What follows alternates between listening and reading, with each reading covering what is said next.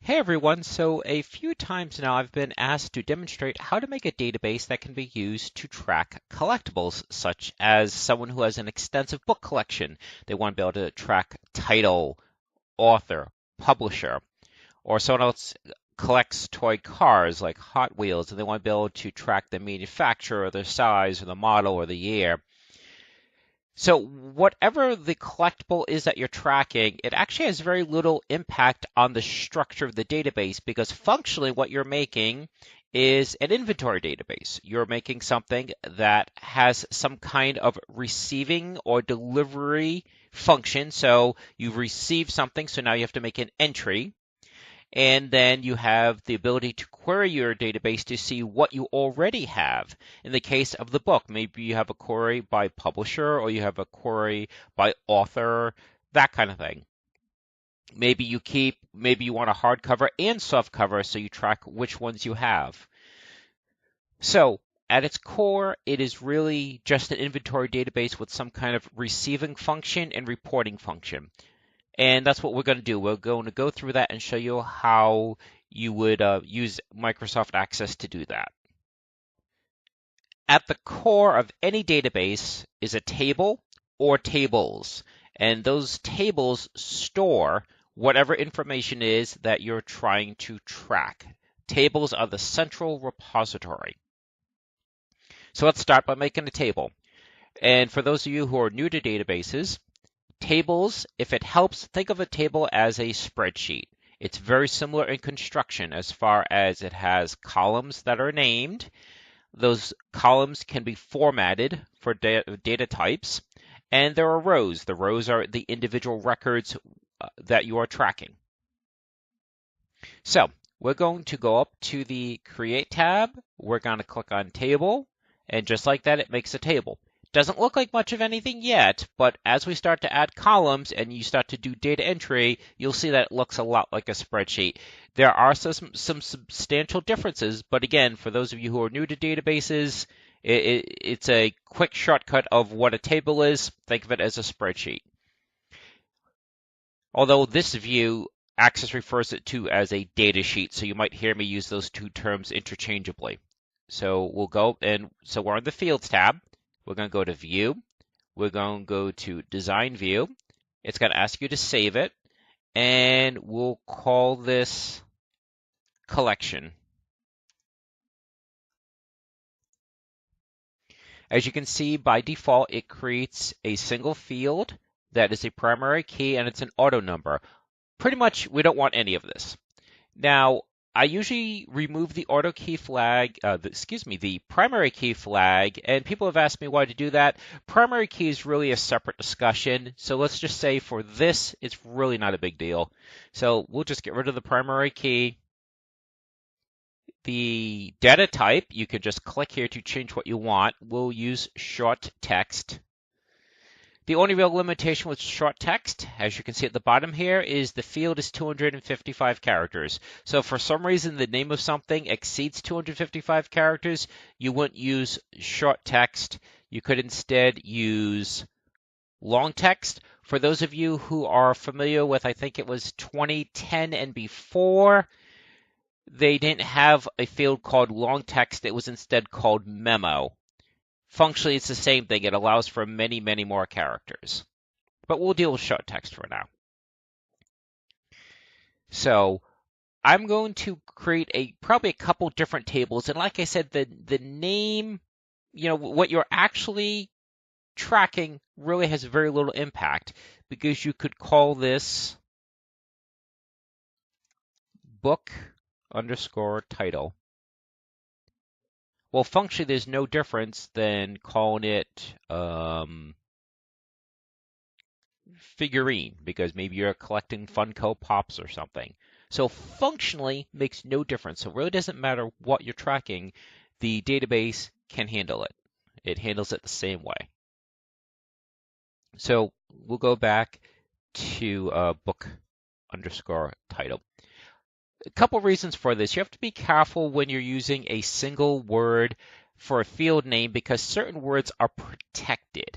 Okay, certain words have a really a functional meaning within Access. Words like name, date. Date is an actual function, so you have to be very careful when you start using words like that. Technically, you can do it. It wouldn't break the database, but as a best practice, you want to avoid words that double as a function. I don't have a great handy list of it, but the best way to avoid it is just use more than one word.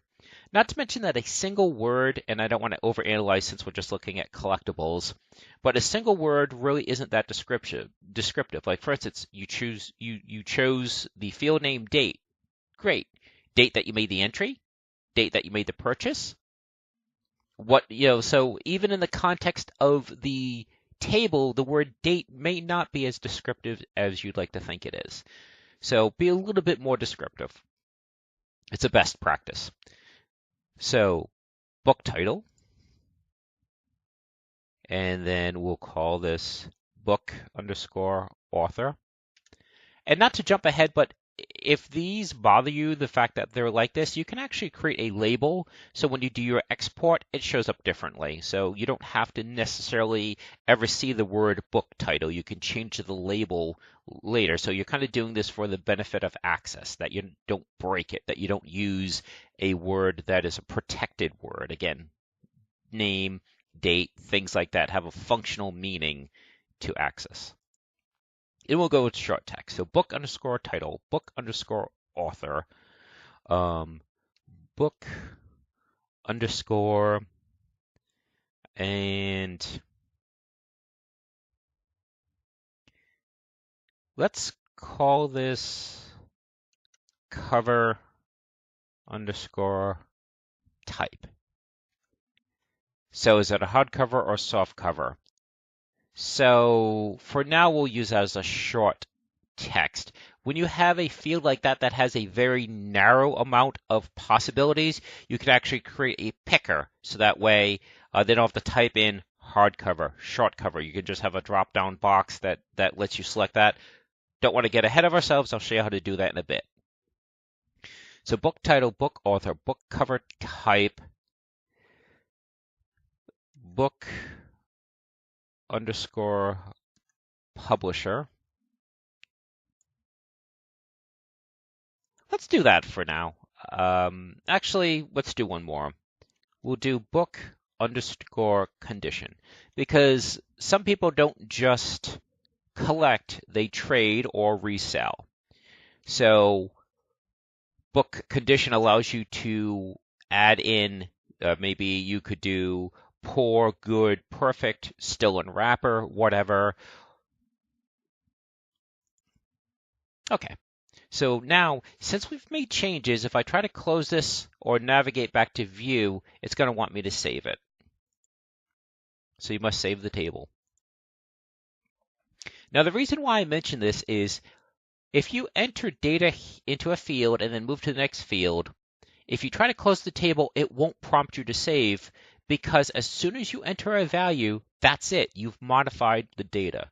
I say this a lot in my videos, but it's very important to realize that's the nature of a database, is it wants that fault tolerance. It wants to be able to unconditionally save the data that you put into it. So if you enter something here and you navigate over, that's it. That data has now been stored. You can change it, of course. You can go in and put in another value. But what I'm saying is that if I do a bunch of data entry, it's not going to ask me to save my table again, because I haven't changed the table. I'm just putting rows into the table, and that's not considered a table change. As soon as you put that data in and you navigate to another field, that's it. That data has been stored. So now what we're going to do is you could manually start putting in values here, but that really wouldn't be that great. If you start putting values in here, you're basically using your database like a spreadsheet, because again, I said a table functions a lot like a spreadsheet, and spreadsheets are not really that conducive to data entry. We use them because they are useful, but the actual data entry isn't that great. So what you can do is you can simplify the data entry using something that's known as a form. So let's go ahead and close this. We'll click on Create, and we want to click on Blank Form. So a form is basically, as the name would suggest, It is a way of entering information. It's a form that needs to be filled out. So what we're going to do, we're going to, first of all, get rid of these navigation buttons. I like to lock down the form. That way people can't navigate other than how I intend to. For a personal use database like this, probably not a big deal, but it's a good practice again. It's the best practice to lock down your forms. That way people aren't, again, going rogue and navigating in a way you don't want them to. So we'll click on View, click on Design View. Now, depending on what is selected, see that dot there? That means that the form as a whole is selected. If you have objects here, which we'll get to in a few minutes, each and every one of them can be selected. The reason why I'm saying that is because you want to make sure you have the right object selected when you then go to change the properties, which is what we're about to do. So if you click up here on Design and go to Property Sheet, these are the properties of the form as a whole. If I had, say, a label and I have that selected, it would be the properties of just that label. So very important to make sure you know what you have selected. All right, so what do we want to do with this form? We're going to click on Data.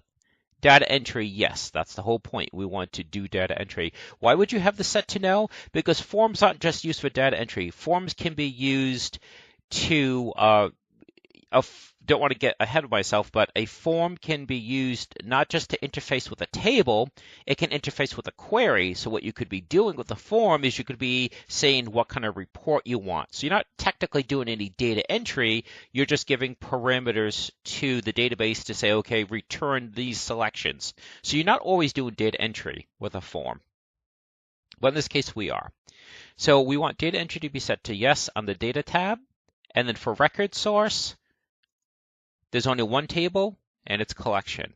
That will now let me directly have access to the fields within that table right in the form. So watch what happens. I click on Add Existing Fields. Again, all those fields are now available. So before we go any further, let's name this form actually. So if we click on Save, what do we want to call this? Let's call this New _ edition. So you're adding something new. And then what you can do is you can just drag and drop these fields over there, okay? And what's going to happen is you can then manually enter those fields. So we'll go to book title. So I'm just left click, drag and dropping.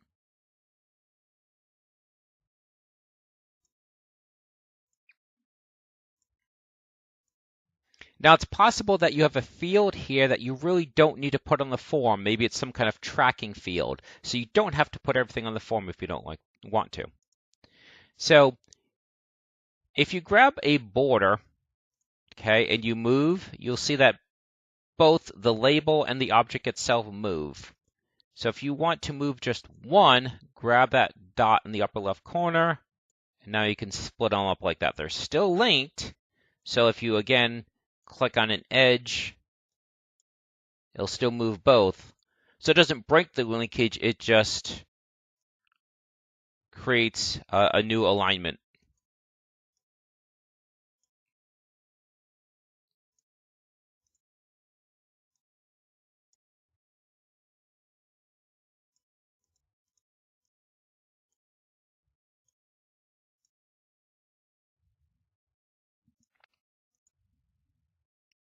Doesn't look like much. This really isn't meant to be about layout. Now, a few things. You can see that these are probably too small for most values. So what you can do is see how there's dots when you select it? You can just extend that out. You could extend vertically too, but unless you change the font size by default, well, I shouldn't say by default. Unless you change the font size, then when you make these fields, it really shouldn't be too small of a field vertically.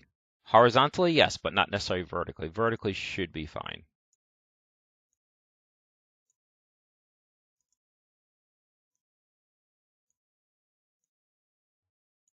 Now, like I said, for the moment, that's a free enter field, but we might change that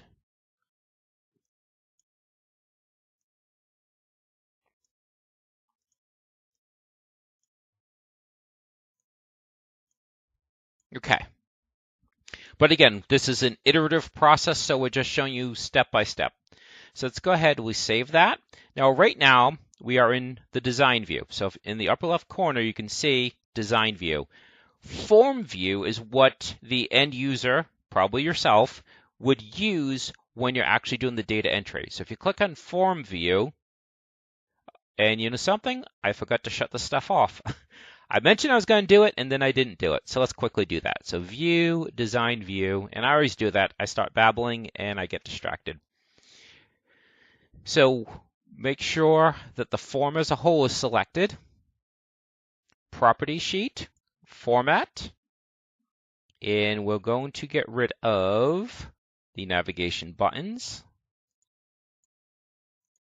And we're going to get rid of the record selector.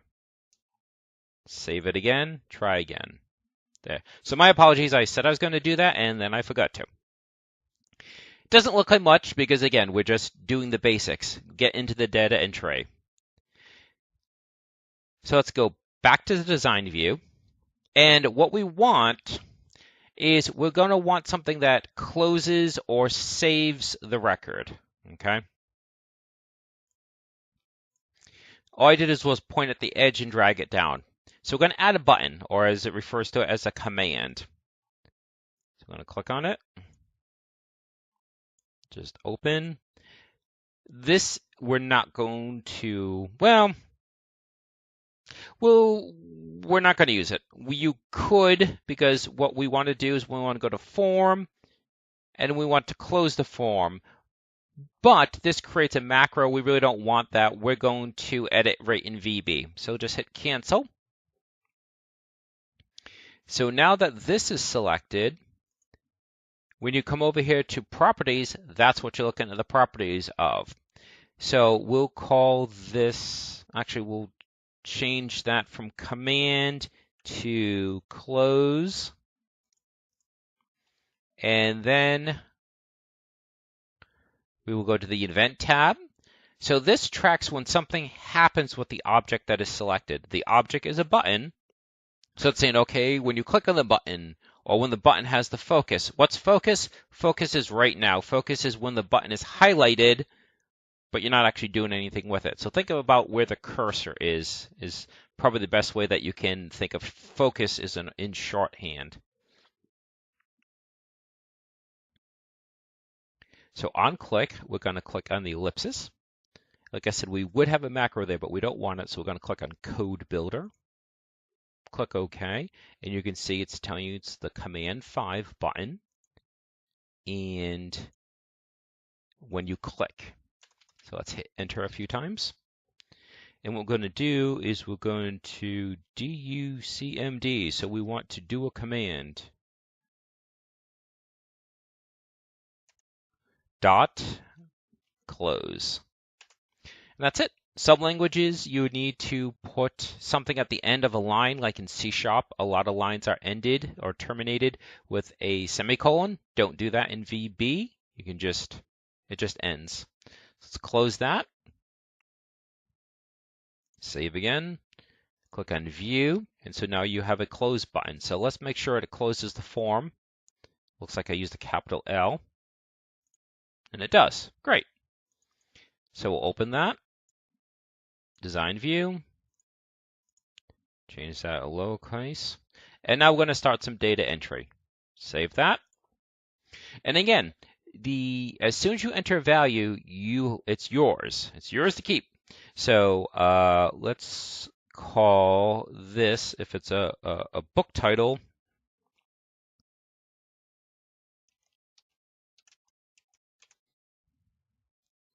now watch what happens if I hit close. To open up the table, you have a partial record. Because like I said, as soon as you put a value in that field and you navigate to the next field, once you do that, once you navigate to the next field, that value has been saved. So let's break here because that's the very basic introduction. That's how you create a table and a form that lets you do very rudimentary data entry. The next video will get more in depth as far as the coding that will make sure these fields are populated before you can close the form. And we'll also then look at making reports and the queries that can be used to drive a report. And that's when you look, say, you want to know that you have what books by what author. So you can do a query by author. Or maybe you want to do a query by book publisher. Or maybe you want to query for books that you have the hardcover but not the soft cover of. That kind of thing. That's what we'll look at in the next video. Okay, so I hope this has been helpful so far.